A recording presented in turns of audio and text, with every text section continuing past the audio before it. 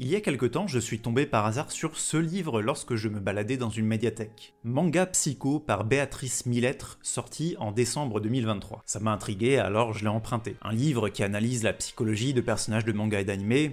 Pourquoi pas, ça peut être intéressant. Oh mon dieu, je n'étais clairement pas prêt pour ce que je m'apprêtais à lire. Ça ne saute pas aux yeux tout de suite, mais dès les premières pages, on a plusieurs éléments bizarres. Déjà, l'expression manganime en un seul mot, qui revient tout au long du livre, mais que littéralement personne n'utilise, que ça soit dans la vraie vie ou sur internet, et qui traduit un manque de connaissances ou alors une tentative maladroite de néologisme. Ensuite, il y a l'utilisation récurrente de la deuxième personne du singulier, le pronom tu, pour s'adresser directement au lecteur, chose assez rare même lorsqu'il ne s'agit pas de fiction. Il y a bien un type d'ouvrage dans lesquels ça peut être utilisé, ce sont les livres sur le développement personnel, qui veulent créer un lien avec le lecteur en lui donnant directement des conseils. Le problème, c'est que ces deux derniers points, l'utilisation de tu et le développement personnel, sont aussi deux indices qui vont mener à ma triste déduction sur ce livre. Toujours sur la forme, on a une mise en page bizarrement redondante. À peu près à chaque double page, on a un thème différent qui est développé, avec à gauche tantôt des listes de noms de mangas et animés ou de personnages, des descriptions brèves de ces derniers, ou alors des citations. Tandis qu'à droite, on a le développement du thème lui-même, avec un titre surligné, un sous-titre et un paragraphe de conclusion en gras en bas de la page. De temps en temps, on a des paragraphes contenus dans des bulles ou des cases en style manga, mais avec des informations assez anecdotiques, ainsi que des illustrations au style très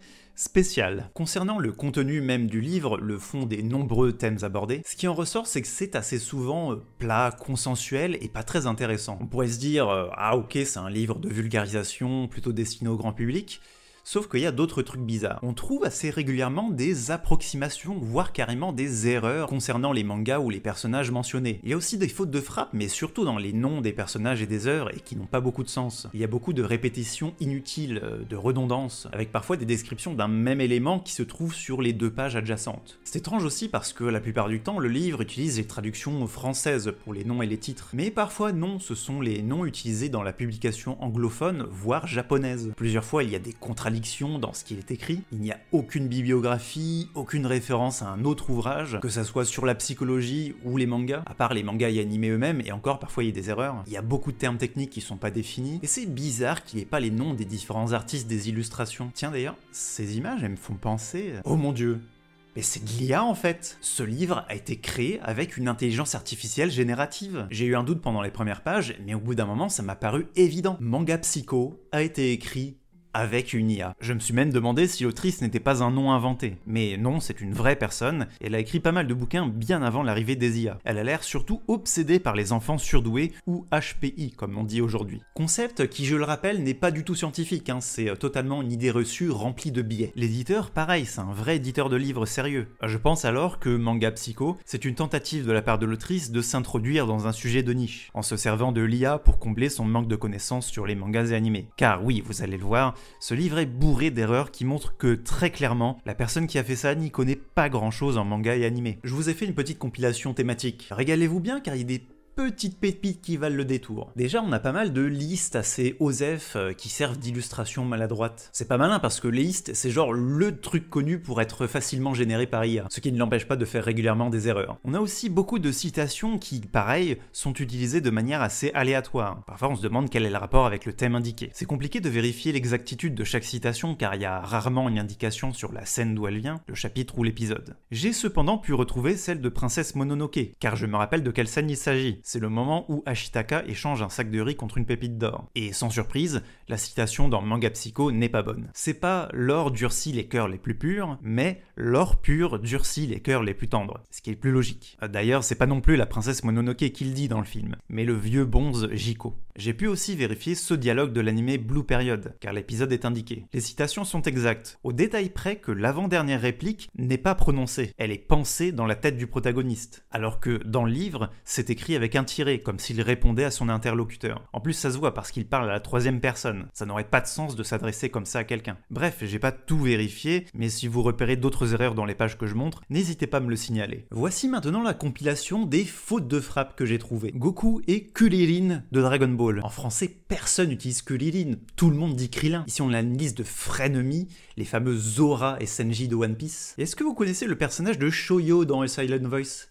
C'est normal parce qu'il s'appelle Shoya. Ici, on a une citation de Makima dans Chainsaw Man. ne répond que par oui ou wolf. Le cri du chien en français, on dit waf, pas wouf. On dirait une sorte de mélange entre le wouf anglais et wolf le loup en anglais aussi. Bizarre. Ah, est-ce que vous connaissez ce fameux jeu vidéo adapté en animé Danganronpa? Oui, moi non plus, parce que c'est Danganronpa. Et vu la traduction de Rampa, j'imagine pas quelle version ça doit être Danganronpa. Ici, il n'y a même pas de majuscule à la famille Kayamoto. Ici, on a un paragraphe qui parle de Yuka dans Blue Period qui s'est fait rejeter par son boyfriend. C'est vrai que c'est une expression très utilisée en français. Et surtout, le paragraphe de fin qui est génial. Là, l'IA, elle a complètement pété un câble. Surmonter le rejet nécessite de rendre 100% responsabilité de la fracture à la personne qui vous dénigre.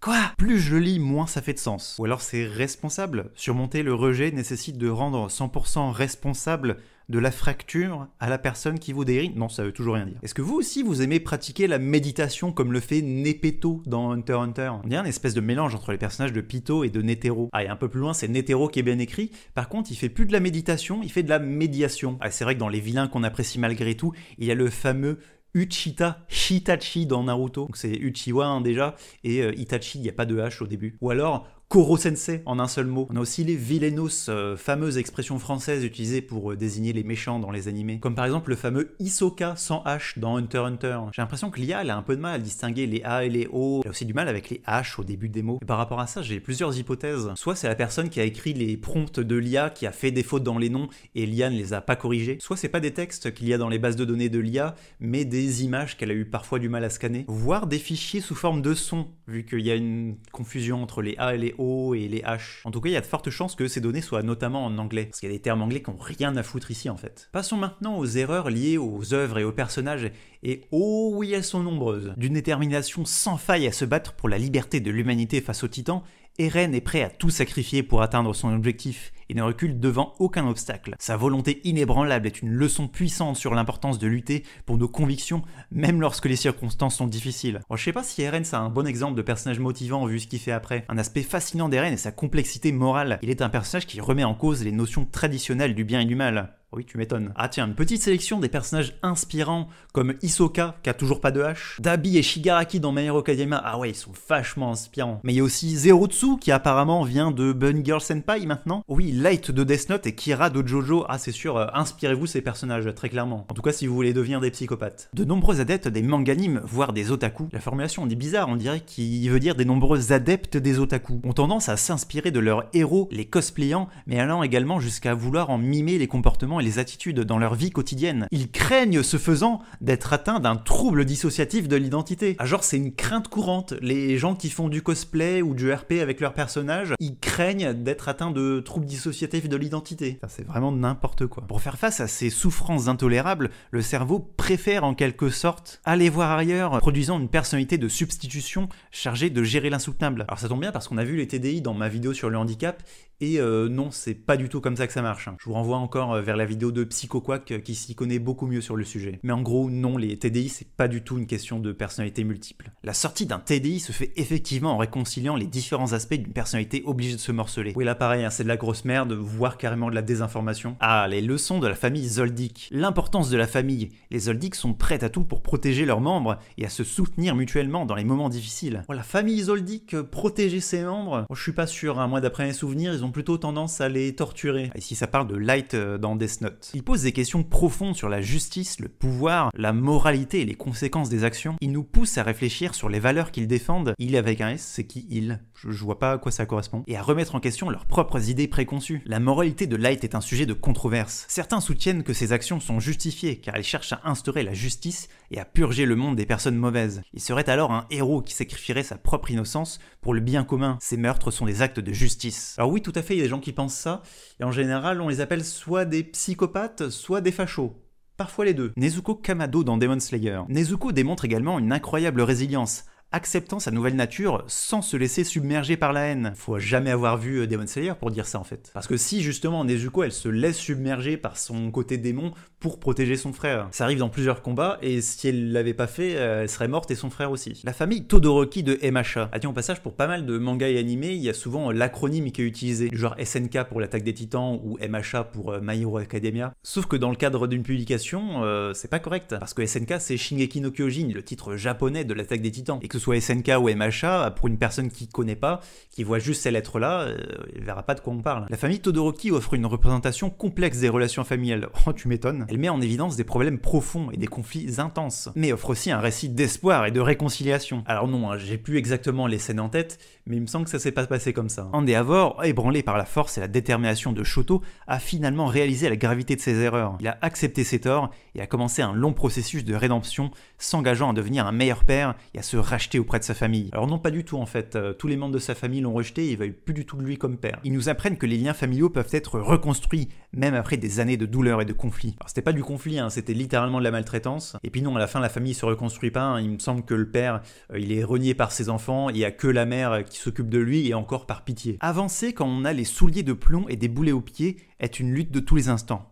Mais ça veut rien dire. Mais la réalité, reflétée par ces personnages de manga-anime, est que ces solutions existent. Ils témoignent qu'il est juste de penser après la pluie, le beau temps. C'est n'importe quoi, mais genre après la pluie, le beau temps, c'est une vérité générale. C'est pas juste un proverbe à la con. Non, il est juste de penser qu'après la pluie, le beau temps. C'est factuel. Ici, ça parle de l'amitié entre Eren, Armin et Mikasa. Malgré les obstacles, leur lien reste solide et ils se soutiennent mutuellement, démontrant ainsi l'importance de l'amitié, de la loyauté et du fait d'être là les uns les autres dans les moments les plus sombres. Ah oui, c'est sûr, mais genre jusqu'au bout, l'amitié, la loyauté, tout ça, à aucun moment ils se séparent, se trahissent, se manipulent. Non, ça arrive pas. Alors là, ça parle des frenemies Sasuke et Naruto. La fin de leur relation a apporté de la tristesse et de la douleur, mais cela a permis aussi à chaque personnage de grandir et de se développer individuellement. Oh oui, tu m'étonnes, Sasuke s'est bien développé individuellement, mais très individuellement, forger des liens par-delà les océans. C'est ainsi que Kirito et Asuna de Sword Art Online, originaires de différents milieux,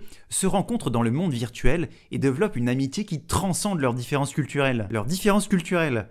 Alors je crois qu'ils sont tous les deux japonais. Ils apprennent à travailler ensemble, à surmonter les obstacles du jeu et à se soutenir mutuellement, créant ainsi une amitié solide. Oh oui, c'est une amitié très très solide. Oh oui. Mais c'est juste une amitié, il n'y a vraiment rien d'autre. Tiens, en parlant de ça ici, ça parle de Insomniac After School. Il ne s'agit pas d'un animé de romance. Juste cette phrase en fait. Genre Insomniac, c'est pas un animé de romance. Genre, c'est pas du tout le centre du manga ni de l'animé. Alors ici, ça parle des personnages LGBTQIA+. Ce que j'aime particulièrement dans les mangas animes, c'est qu'ils sont emplis de nombreux couples et personnages LGBTQIA+, non pas mis en avant en tant que tels, mais juste là, comme n'importe qui et n'importe quel couple. Par exemple, dans Given, Blue Period, SNK, l'homosexualité n'est pas un sujet. Alors c'était peut-être le cas il y a quelques années, mais aujourd'hui, c'est complètement un sujet dans plus en plus de mangas et d'animés. Notamment dans Blue Period, qui est donné en exemple ici. Tout à l'heure, on a vu dans les un dialogue dans Blue Period où c'est justement le sujet en fait. Elles vivent leurs amours comme tout un chacun sans que cela pose problème à quiconque. Elles acceptent et assument leurs orientations sexuelles, les vivant grand jour, sans préjudice. Alors déjà même avant dans les anciens mangas et animés, il y avait déjà des histoires d'homophobie et ce genre de trucs, et dans les mangas et animés actuels, c'est de plus en plus le cas en fait. Sans tomber dans l'idéalisme, la vie est ainsi faite. Si vous assumez qui vous êtes, vous n'entendez plus les remarques homophobes ou n'y prêtez plus attention. C'est complètement débile comme conseil. Vous subissez des insultes homophobes ? Vous avez qu'à les ignorer. Et puis voilà, c'est limite dangereux comme conseil. Alors dans certaines situations, j'y dis pas. Si c'est juste des inconnus qu'on croise dans la rue, oui, il vaut mieux les ignorer. Mais non, on peut pas en faire un principe général, et le fait de les ignorer, ça veut pas dire qu'on n'y prête pas attention. Wotakoi Love is Hard for Otaku. C'est bizarre parce que ce titre, il existe pas en français. Le manga qui est publié en France, il s'appelle Otaku, et l'anime, il s'appelle juste Wotakoi. Ça, c'est le titre de la version anglaise. Ici, on a un paragraphe sur les préjugés. Lorsque nous voyons Biscuit de Hunter x Hunter, pour la première fois, son physique nous amène à automatiquement penser qu'elle est forte et puissante. Si nous avions vu son aspect réel de fillette frêle de 12 ans, nos stéréotypes nous auraient conduit à la trouver faible et à moins lui accorder notre confiance. Mais genre, c'est exactement l'inverse en fait. Biscuit dans Hunter x Hunter, c'est lorsqu'elle est musclée sa vraie apparence. Et au contraire, elle se fait passer pour une petite fille. Définitivement, la personne n'a pas du tout vu Hunter x Hunter. Je pense que d'une manière générale, l'autrice a vu aucun des mangas animés qui sont cités dans le livre. À part peut-être 3. Bunny Girl Senpai, Blue Period et Paradise Kiss. Parce que les 3, ils sont très référencés dans ce livre. Après, comme je les ai pas vus, c'est difficile de vérifier, donc ça se trouve en fait pas du tout. Ah tiens, ici on a une belle liste de personnages empathiques, comme Nana Komatsu, qui apparemment vient du manga Hachi, alors que non, elle vient du manga Nana et Hachi Hachi, c'est son surnom à elle. Encore Nana Ozaki, qui en réalité s'appelle Nana Osaki. Après, Nana Ozaki, elle existe et c'est une actrice de drama apparemment. Donc peut-être que l'IA a confondu. Prends exemple sur Soma de Food Wars, qui reste lui-même en permanence. Il n'en découle aucune conséquence négative, aucune remarque désobligeante. Il sait avoir raison d'être en phase avec lui-même et il assume sa personnalité sans crainte. Alors j'ai pas vérifié Food Wars pour voir si c'est effectivement le cas, mais juste le fait de dire qu'en étant soi-même, on n'a aucune conséquence négative et jamais aucune remarque désobligeante, bah, c'est complètement con en fait. Et il sait avoir raison, ça veut rien dire, c'est pas français. Ah, est-ce que vous connaissez l'animé Whisper of the Heart? Non, c'est normal parce qu'en français ça s'appelle Si tu tends l'oreille. Ça c'est le titre anglais encore une fois. Tanjiro de Demon Slayer veut rendre sa vie à Nezuko. Il ne perd jamais de vue son objectif ultime, sauver sa sœur Nezuko et éliminer les démons responsables de la mort de sa famille. Alors oui, sa famille elle est morte, mais Nezuko non. Il cherche pas du tout à lui rendre sa vie en fait, il veut juste qu'elle redevienne humaine. Les élèves de UA dans My Hero Academia n'ont pas d'autre choix que de viser la perfection. Toute erreur lors d'un combat risque de leur être fatale. Chaque personne impliquée dans une discipline artistique ou sportive sait que la recherche de la perfection est un chemin quotidien et permanent. Alors pas forcément, il y a des gens qui font juste ça pour se détendre ou parce qu'ils aiment bien. Ce n'est qu'à ce prix que l'on n'est pas médiocre. C'est Macron qui a écrit ça? Genre, soit t'es parfait, soit t'es médiocre, y a pas d'entre-deux. Alors ça, c'est un super conseil, alors surtout dans un livre de développement personnel. Bon, c'est juste l'IA, hein. Parfois elle pète des câbles et elle devient de droite comme ça. Les personnages de SNK sont constamment sous la menace des titans. Cette pression constante les pousse à se battre pour leur survie, ce qui donne lieu à des moments de performance intenses. Le stress est un moteur pour les personnages, les poussant à accomplir des choses incroyables malgré les obstacles. Alors là encore une fois, l'IA qui pète un câble et devient de droite du genre « Ouais, le stress c'est un booster, le stress c'est bien, il faut stresser les gens pour qu'ils donnent leur meilleure performance. » Alors surtout en prenant l'attaque des titans comme exemple, c'est genre le bon exemple de ce cas-là quoi. C'est vrai que risquer sa vie en permanence c'est une bonne source de stress. Alors là c'est un paragraphe qui parle des troubles du comportement alimentaire. Lorsque Ash de Banana Fish est retenu prisonnier par Dino, celui-ci exprime explicitement le fait qu'il souffre d'anorexie mentale. Son trouble alimentaire provient de tous les traumatismes qu'il a vécu. Mais il a pas de trouble alimentaire. Tu dis toi-même qu'il présente pas les symptômes de l'anorexie. Et genre Banana Fish c'est pas du tout un manga qui parle de ça, c'est genre complètement hors sujet. Alors j'ai une hypothèse sur le fait que l'IA ait fait ce rapprochement. Je pense qu'en général le prompt c'est demander à l'IA de parler d'un thème en particulier en illustrant avec des mangas et animés. Et je pense que l'IA a vu Banana et Fish dans le titre et a fait le lien avec la nourriture et les troubles du comportement alimentaire. Alors que non, ça a absolument rien à voir. Même Banana Fish dans le manga ça désigne pas du tout de la nourriture. Hero Manga Sensei, Masamune Izumi est un écrivain de light novels dont la mystérieuse illustratrice se révèle être sa propre sœur Sagiri. Ensemble, ils travaillent en secret sur des projets artistiques tout en faisant face aux hauts et aux bas de leur relation frère-sœur complexe. Oh oui, elle est complexe leur relation frère-sœur. Et pas de la bonne façon. Encore une fois, je suis pas sûr que ce soit un bon exemple de motivation. Les addictions aux substances. Ash Lynx de Banana Fish, s'il ne consomme pas lui-même, a vu son frère sombrer dans la drogue. Il a dû prendre soin de lui, devenu handicapé et incapable de faire quoi que ce soit jusqu'à son décès. Alors déjà, merci du spoil. Et ensuite, non, son frère, il ne sombre pas dans la drogue. Ça, on le voit dès le début. Son frère, en fait, il se fait droguer de manière expérimentale par l'armée américaine. C'est pas lui qui sombre dans la drogue, on lui donne contre son gré. Sous le choc, désemparé et en colère, lorsqu'il découvre la trahison de ses amis, Annie, Rainer et Berthold, Eren de SNK parvient cependant à ne pas se laisser submerger par sa douleur et il réussit à prendre du recul. Oui, Eren, il prend vachement de recul. Hein. Ah, il s'est pas du tout laissé submerger par la douleur. Levi de SNK montre une sorte d'obsession de la propreté. Il n'est pas rare de le voir fichu sur la tête et tablier autour de lui en train de faire le ménage, y compris dans des moments où l'on se dit qu'il pourrait avoir mieux à faire. Genre t'as une scène où on voit Levi faire le ménage et l'IA elle a généralisé comme ça. Ah oui, c'est genre la caractéristique principale de Levi, ça c'est sûr. Ah tiens, une petite liste sur les manganimes sur le sport, dont Your Lie in April qui parle de baseball et de football. Bah oui, vous l'avez pas compris. Alors là, c'est un paragraphe qui parle de Tamayo dans Demon Slayer. C'est un personnage aimable et bienveillant qui se soucie profondément de la vie humaine et travaille à sa manière pour trouver un moyen de réconcilier les démons et les humains. Alors Tamayo, c'est le personnage qui était anciennement humaine, qui s'est fait transformer contre son gré en démon, mais qui a gardé une part d'humanité. Alors par contre, elle cherche pas du tout à réconcilier les humains et les démons. Non, elle veut vraiment se débarrasser des démons en se débarrassant de Muzan. Et elle fait notamment ça par vengeance. Ensuite, voici une petite sélection d'images qui illustrent les livres. Si certaines peuvent ressembler à de vrais dessins, on remarque quand même quelques approximations au niveau des mains et de la séparation entre le corps et les vêtements. Par contre, il y en a, c'est carrément évident. Regardez-moi ces horreurs. Je vois même pas comment ça peut passer auprès d'un éditeur. Enfin, on va finir sur le côté développement personnel. Là, on voit déjà différents titres de bouquins qu'elle a écrits. On remarque qu'elle a vraiment une obsession pour les enfants surdoués, précoces, HPI, qui encore une fois est un concept qui veut pas dire grand-chose en fait. Voire même, ça peut être dangereux, parce que le diagnostic HPI, il peut cacher en fait parfois certains vrais troubles qui peuvent demander une certaine prise en charge. Encore une fois, je vous renvoie plutôt vers une vidéo de PsychoQuack qui en parle avec une spécialiste. J'ai voulu créer cet ouvrage unique pour toi, en combinant mes connaissances approfondies de la psychologie humaine avec ma passion pour les manganimes. On a vu que la passion pour les manganimes, c'était pas vraiment ça, hein, vu le manque de connaissances. Des lendemains radieux. L'espoir est omniprésent dans les manganimes. Quels que soient les défis insurmontables et les embûches auxquels les héros des manganimes sont confrontés, les situations finissent toujours par se dénouer. Toujours, hein, t'as bien entendu ? Toujours. Genre les conséquences négatives, quand t'as de l'espoir, ça n'existe pas. Il peut sembler difficile de croire que tout trouve une résolution positive dans la vie réelle, mais c'est la plupart du temps la réalité. Non mais... qui peut croire que c'est vraiment un être humain qui a écrit ça? Enfin, même en étant vachement optimiste, tu peux pas juste dire tout trouve une résolution positive dans la vie réelle et c'est la plupart du temps la réalité. Qu'il s'agisse ou non d'une situation personnelle, nous sommes tous capables de trouver des solutions pour que tout finisse toujours bien.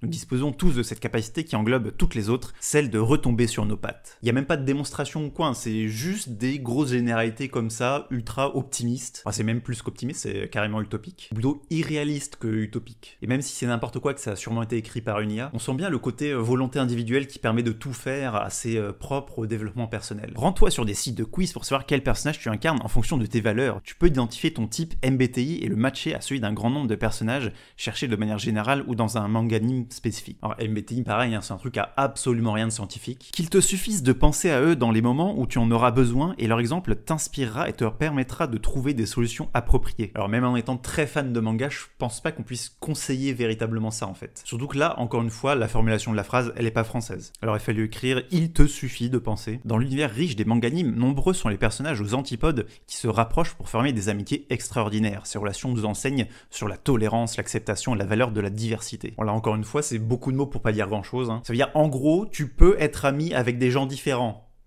Le voyage de Chihiro. Le film explore les thèmes du courage, de la résilience et de la transformation personnelle, nous rappelant l'importance de l'acceptation de soi et du pouvoir de l'esprit humain face à l'adversité. Parfois, on va tomber sur des termes comme ça, comme la transformation personnelle, qui sont vraiment des termes spécifiques au développement personnel. Termes qui sont pas ou quasiment pas définis ou expliqués dans le livre, hein, non, ce serait trop facile. Là, ça parle de Naruto dans le manga de Naruto. Il nous enseigne qu'il est essentiel de rester fidèle à soi-même et de poursuivre ses propres objectifs, peu importe les comparaisons avec les autres. Nous embrassons alors notre individualité et cultivons notre propre potentiel. Toujours des généralités sur le développement personnel. Hein. Chaque individu a une façon unique de penser, de ressentir et de réagir aux différentes situations de la vie. Sans déconner. Là, ça parle des personnages de Demon Slayer. Leurs forces et leurs talents sont uniques et non interchangeables. Ce qui est vrai pour l'un ne l'est pas pour l'autre. Accepter nos singularités passe par la perception de nos réussites. Si nous parvenons au résultat, c'est que notre fonctionnement est efficace. Vous avez entendu? Si vous parvenez à votre résultat, ça veut dire que c'était la bonne méthode. C'est toujours le cas. Alors oui, alors attention, manganime, terme très connu, ça prend un S au pluriel, mais parfois non. Il est connu et reconnu que les manganimes permettent de réduire le stress. Il est connu et reconnu, genre il y a des études, il y a des trucs qui prouvent que ça permet de réduire le stress. Alors oui, pratiquer un loisir, lire quelque chose qu'on aime bien, oui, évidemment que ça réduit le stress. Là pour le coup c'est l'inverse, c'est un truc assez général, mais qui est rendu spécifique aux mangas et animés. Ce qui n'a pas vraiment de sens, ça serait pareil en regardant un film, une série, en mangeant un truc qu'on aime bien, ce genre de choses. Il te montre également des exemples et te fournissent des solutions pour lutter contre tes stresseurs. Stresseur, pareil, c'est un terme qui est pas beaucoup utilisé dans le langage courant, et qu'on trouve pas mal dans le développement personnel. Kiki la petite sorcière, c'est une histoire touchante sur l'indépendance, la croissance personnelle et la découverte de sa place dans le monde. Bon, Kiki la petite sorcière, en vrai, avec un regard d'adulte, c'est surtout l'histoire d'une gamine qui découvre le monde du travail et le burn-out, même si ça se finit bien, que ça reste accessible aux enfants. Et là aussi, croissance personnelle, c'est un truc très spécifique au développement personnel. J'ai même l'impression que c'est une traduction un peu littérale d'un terme anglais, parce qu'on a déjà un équivalent en français pour dire ça, ça serait épanouissement. Ici, on a une nouvelle liste de profils MBTI, si on ne voit pas dans les screens que j'ai pris, mais dans le livre, il y a régulièrement des QR codes qui renvoient vers des sites qui permettent de faire des tests de personnages MBTI, de personnalité, ce genre de trucs, quoi. Bon, je ne suis pas les vérifier, mais je suis pas tout à fait sûr de la fiabilité de ces sites-là. L'intuition, le sixième sens. Lorsque nous nous laissons guider par notre intuition, nous pouvons atteindre des niveaux de créativité plus profonds et produire des réponses immédiates, plus rapides, pertinentes et efficaces. l'intuition nous permet de ressentir ou de comprendre quelque chose sans recourir à une analyse rationnelle. Ça aussi, c'est une explication compliquée d'un phénomène tout à fait normal de la vie courante en fait. C'est pas une question de sixième sens ou d'intuition, c'est juste que notre cerveau il est calibré pour pouvoir bien faire efficacement des choses de la vie courante sans avoir besoin de calculer à chaque fois. En suivant cet exemple, nous pouvons apprendre à faire confiance à notre intuition et à écouter notre voix intérieure, qu'il s'agisse d'un travail quotidien ou d'une tâche plus créative. C'est ce qu'on fait déjà en permanence en fait. Dans Sunday Without God, la mort n'existe plus, ce qui supprime aussi notre raison de vivre. Pourquoi? Non, c'est juste un abus de langage en fait, ou juste un jeu de mots. De même, Death Note questionne la question de la mort et du sens que cela procure à la vie, ainsi que ce que peuvent être des valeurs morales. D'un point de vue plus individuel, la quête de son propre Ikigai est bien abordée dans Silver Spoon, qui nous enseigne qu'avoir un but est indispensable. Je vois pas trop le lien avec Death Note, je pense que l'IA a vu Death dans le titre et du coup a essayé de créer une sorte de lien. Encore une fois, on trouve un terme spécifique, Ikigai, qui est un terme japonais, qui est toujours pas expliqué ou défini dans le livre, et qui en gros veut dire raison d'être. Le sens de la vie ne se trouve pas sous une pierre, il se construit pas à pas avec courage et détermination. Alors j'aime bien parce qu'avec des guillemets, on dirait que c'est un proverbe ou une citation, alors qu'en fait pas du tout. Vous pouvez rechercher cette phrase sur internet, ça correspond à absolument rien. En plus de ne rien vouloir dire, genre la métaphore dans la phrase elle marche même pas. Et aussi je vais pas lire tout le texte, mais on voit qu'on arrive à un point où l'IA n'arrive même plus à trouver de lien avec d'autres mangas et animés. C'est surtout vers la fin du livre, parfois t'as des pages entières sans aucune référence, avec juste du blabla assez général. Alors là ça parle de Tanjiro. Son ouverture, sa curiosité, sa volonté d'évoluer lui font percevoir le positif et le potentiel évolutif qu'il peut retirer de chaque situation. Il nous enseigne que chaque situation présente une opportunité de croissance et de développement personnel et que le hasard nous emmène sur un chemin qui nous est bénéfique et profitable. Bon là, il y a littéralement développement personnel qui est cité dans le texte. Et par contre, le hasard nous emmène sur un chemin qui nous est bénéfique et profitable. Mais qui dit ça ou qui croit ça en fait ? Personne. Tanjiro est souvent blessé dans sa lutte contre les démons, au point de se retrouver, ainsi que Zenitsu et Inosuke, dans le coma. Cela ne l'arrête jamais. Il poursuit chaque fois sa convalescence avec application pour retrouver ses forces et reprendre le combat. Sa ténacité, sa motivation à sauver sa sœur lui permettent de ne jamais perdre espoir. Vous avez entendu? Si jamais vous êtes malade ou convalescent, c'est pas du tout une excuse pour se reposer. Denji de Chainsaw Man est un exemple puissant de détermination, d'optimisme et de persévérance. Il fait face à des revers, surmonte des obstacles et se le relève pour atteindre ses objectifs. Oh oui, ses objectifs on les connaît. Il ne se laisse jamais abattre, reste de bonne humeur et parvient à garder sa motivation en dépit des circonstances. Genre c'est exactement l'inverse quoi, dans Chainsaw Man, Denji il n'arrête pas d'être confronté à des trucs qui lui font perdre sa motivation. Il lui arrive énormément de merde et à aucun moment il reste de bonne humeur. Denji représente également l'idée que l'espoir peut être trouvé même dans les situations les plus désespérées. Il incarne la volonté de se battre pour un avenir meilleur en refusant d'être submergé par le pessimisme et en gardant une lueur d'espoir. Son esprit combatif, sa résilience et son refus de renoncer sont des qualités inspirantes qui nous encouragent à ne jamais abandonner, à rester fort face à l'adversité et à croire en un avenir meilleur, même lorsque les choses semblent sombres. Bon, c'est sûr que le personnage de Denji qui est ultra lunatique, dont l'objectif c'est de toucher des boobs, c'est typiquement le genre de personnage qui garde espoir et qui cherche à avoir un avenir meilleur. Techniquement, le dernier point est pas si faux, mais c'est plutôt qu'il cherche un avenir moins pire, à se sortir de sa situation de merde, et à vivre juste une vie normale. Et encore une fois, je parlais tout à l'heure de l'IA qui parfois pète des câbles. Là, on a un bon exemple. Nous ne sommes pas responsables de nos blessures, nous sommes responsables de nos guérisons. Cette fois, c'est Thibaut Inchep qui a écrit ça. Rien à foutre de ta dépression, t'es responsable de tes guérisons. Je vais pas tout lire, mais là, c'est encore des banalités assez nulles. Le sens de la vie aborde un point métaphysique de quête de sens. Si l'on va au bout de la réflexion, la vie étant impermanente et se terminant par notre mort, rien n'a alors de sens. C'est vrai, l'IA qui d'un seul coup est devenue complètement dépressive, mais restée 100 ans à attendre que le temps passe est long, laborieux et déprimant, justifiant le fait de savourer chaque moment qui passe comme étant lui-même unique et précieux. Ça me fait rire un peu parce que j'ai l'impression que l'IA a essayé de trouver une espérance de vie à peu près moyenne pour les êtres humains et est tombée sur 100 ans. Du genre, ah oui, tu vas pas passer les 100 ans de ta vie à déprimer. Ça vit combien de temps à peu près en moyenne un être humain ?